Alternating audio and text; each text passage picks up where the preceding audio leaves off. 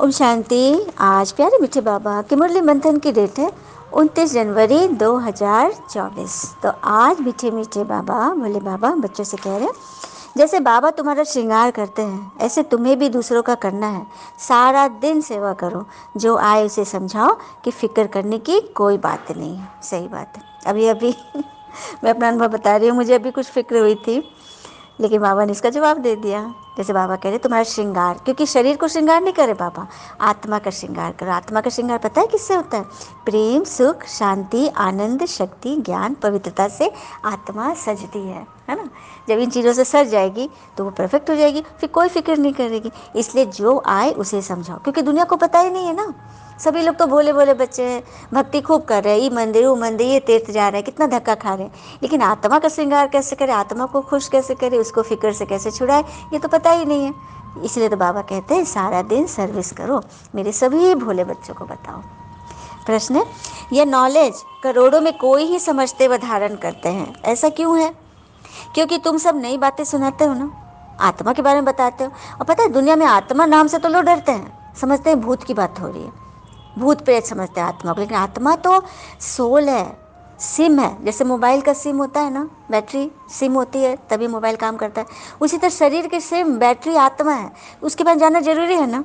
तो ये जो हम नई बातें सुनाते हैं ना, तो कोई समझते ही नहीं। तुम कहते हो परमात्मा भी निराकार है, बिंदी है, तो सभी बूझ जाते हैं, जबकि यहाँ तो सभी देवी देवताओं को परमात्मा मान लेते हैं, है ना। ब्रह्मा को परमात्मा, विष्णु को परमात्मा। तो यही तो समझाना है। शास्त्र में ये सब बातें उन्होंने सुना ही नहीं, तो फिर कैसे समझेंगे आपकी बात? लेकिन कोई कोई फिर ऐसे परवाने भी निकलते हैं जो कहते हैं बाबा हम तो विश्व का मालिक जरूर बनेंगे, हमें ऐसा बाबा मिला, हम उनको कैसे छोड़ सकते हैं। सब कुछ न्यौछावर करने की उनके अंदर उमंग जग जाती, ये बात भी सच है। लेकिन कोई सच्चा आदमी मिलेगा ना, वो जब भगवान के बारे में सुनेगा तो उसको लगेगा कि ये लोग तो सही बोल रहे हैं। और बाबा कहते हैं तुम अपना चरित्र ऐसा बनाओ, तुम्हारा व्यवहार ऐसा हो, तुम्हारा स्वभाव ऐसा हो कि ताकि सामने वाले को समझ में आए कि ये जो कह रहे हैं ना, ये सच कह रहे हैं, इनको भगवान मिले हैं, भगवान से ही इनके अंदर इतनी ताकत आ रही हो, सारे फिक्र से ये उपराम हो गए, है ना। बड़ी बात। गीत है, दूर देश का रहने वाला आया देश पर आए। उप शांति। मीठे मीठे रूहानी बच्चे अच्छी तरह से जानते हैं कि हम मुसाफिर हैं,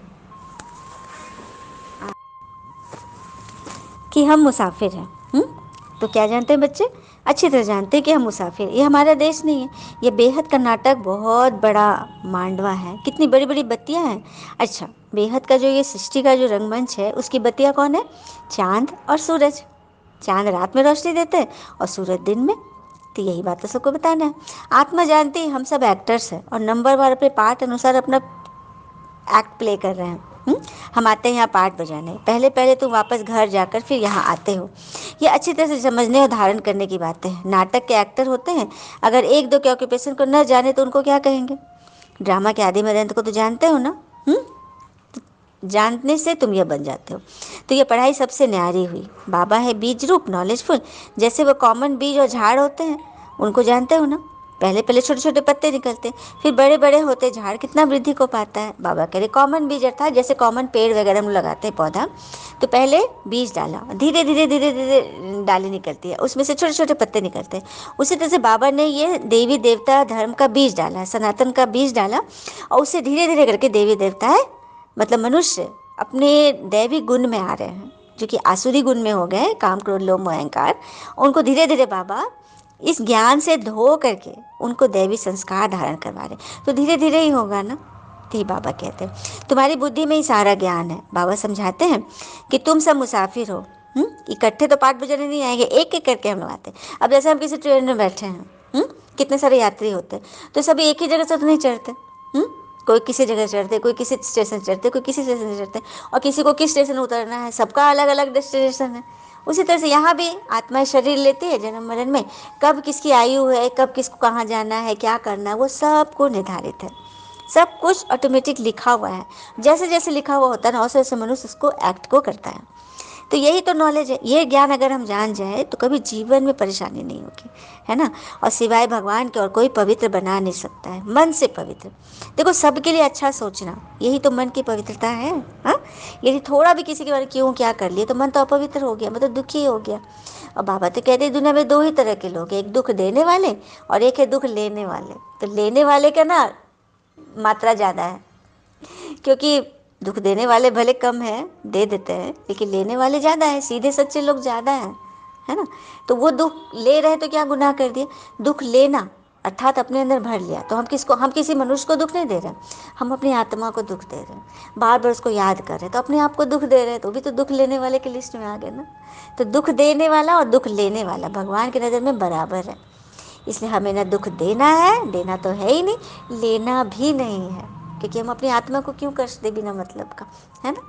तो उसके लिए बाबा राज बताते हैं कि जो कुछ भी तुम्हारे जीवन में हो रहा है वो सब तुम्हारा ही बोया हुआ पाठ है जो सामने आया है, जैसा बीज बोया है उसका फल तो तुम काटोगे ही। तो यही ज्ञान है बाबा, इसी के लिए तो हम सबको बताते हो, यही पवित्रता है, मन की पवित्रता। बाबा कहते बच्चे मेरी बुद्धि में सारे झाड़ की नॉलेज है, सो मैं अब तुम्हें दे रहा हूँ। तुम सब एक्यूरेट अपना पाठ बजा रहे हो, और हाँ किसी का भी पाठ एक दूसरे से नहीं मिलता है, न किसी के संस्कार मिलते हैं, न किसी की मतलब कोई वृत्ति मिलती है, न स्वभाव मिलता है, कुछ भी नहीं मिलता, सबका अलग अलग, यहाँ तक कि उंगली के चक्र भी सब अलग अलग है, तभी तो फिंगरप्रिंट लिया जाता है ना। कुछ भी नहीं मिलता है, तो ये देखो भगवान का साइंस है ना, बड़ी बात। तो ये सारा खेल चलता रहता है। हाँ, तो बाबा ने सारा रहस्य आके बताया है। और बाबा जो मुरली चलाते हैं, ज्ञान मुरली, वह है खजाना। जब तक बाबा दे तब तक तुम बाबा को याद करते रहो, याद से तुम एवर हेल्दी बनते हो। चुप होकर बैठने से भी बहुत फ़ायदा है। अब देखो किसी ने मुख की ताली बजा दी, मुख से कुछ बुरा बोल दिया और तुम चुप रह गए, तुमने मुख की ताली नहीं बजाई तो आवाज़ नहीं होगी ना, ताली से ताली मिलती है तब आवाज़ होती है। एक ने बोला, बहुत गड़बड़ बोला कि तुमने नहीं बोला, तो बाबा कहते हैं मुख से भल नहीं बोले कि यहाँ से तो बोल रहे हो ना, मन से तो बोल रहे हो, तो वो भी वाइब्रेशन उसको जा रहा है, तुम्हारा हिसाब चुकता नहीं होगा। तुम्हें यहाँ से भी मौन होना है, ये सोचना है कि जो भी हुआ मेरे मेरे कर्म का फल मिला है, इसमें मैं सबके लिए शुभ भावना और मेरा हिसाब अभी चुकता हुआ, तब मन को आराम मिलेगा और तुम फ्रेश हो जाओगे। तो ये नॉलेज कौन देता, सिवाय भगवान के कोई नहीं बता सकता है। ये बात हम बच्चों को भी मालूम है कि ये सब हमारी आत्मा का हिसाब किताब है ना। फिर बाबा कहते हैं शिव बाबा का भंडारा सदैव भरपूर रहता है। कहते हैं ना शिव बाबा भोले बाबा का भंडारा भरपूर, जिससे काल कंटक होते हैं दूर। बाबा तो कहते हैं जो मेरे ज्ञान में चलते ना उनको अकाले मृत्यु कभी नहीं आएगी, नहीं आएगी, क्योंकि वह भगवान के बच्चे हैं और भगवान की सेवा कर रहे हैं। अच्छा, सेवाधारी बच्चे को भगवान नहीं बचाएंगे क्या? बचाएंगे ना। तो इसी तो बाबा कहते हैं जो मेरे भंडारे से खाते हैं, जो मेरे पर निश्चय करते हैं, उनके साथ में सदैव रहता हूँ। माँ सबसे पीछे खाती है, रूखा सूखा बचता है वो खा लेती है, हमारी भंडारी भी ऐसी है। बाबा कहते हैं तुम सब मेरे भंडारे से खाते हो, तो पहले मैं तुम बच्चों को खिलाता हूँ, बाद में मैं खाता हूँ। अच्छा, मीठे मीठे बच्चों प्रति भगवान की नमस्ते, हम बच्चों की भी प्यारे बाबा को नमस्ते। धारणा के लिए मुख्य सार, पहले पॉइंट, भाई भाई की दृष्टि पक्की करनी है। हम आत्मा आत्मा भाई से बात कर रहे हैं, भाई भाई की दृष्टि, हम सब एक पिता के बच्चे हो गए तो आपस में क्या हुए, भाई बहन हुए। हम आत्मा भाई भाई हैं। देखो आत्मा रूप में, पॉइंट रूप में भाई भाई है, लेकिन शरीर रूप में यदि कोई स्त्री रूप में है तो बहन हो गई, पुरुष रूप में तो भाई हो गया। तो ये दृष्टि पक्की करनी है, नहीं तो क्या होगा ना, क्रिमिनल दृष्टि आ जाती। अब देखिए अपनी बहन को हम बहन समझ रहे हैं, लेकिन अगर रोड पे कोई लड़की जा रही है उसके लिए गलत सोच रहे हैं तो उसको तो बहन नहीं समझे ना। तो ये दृष्टि भगवान पक्की करे। यदि हम सबको बहन समझे तो कोई पापाचार हो ही नहीं दुनिया में, सबके लिए रिगार्ड हो, माताओं बहनों का कितना रिगार्ड हो। यही करने तो भगवान आए हैं, देवी संस्कार भरने के लिए। दूसरी पॉइंट, बाबा जब ज्ञान खजाना देते हैं तो याद में बैठ बुद्धि रूपी झोली को खजानों से भरना है।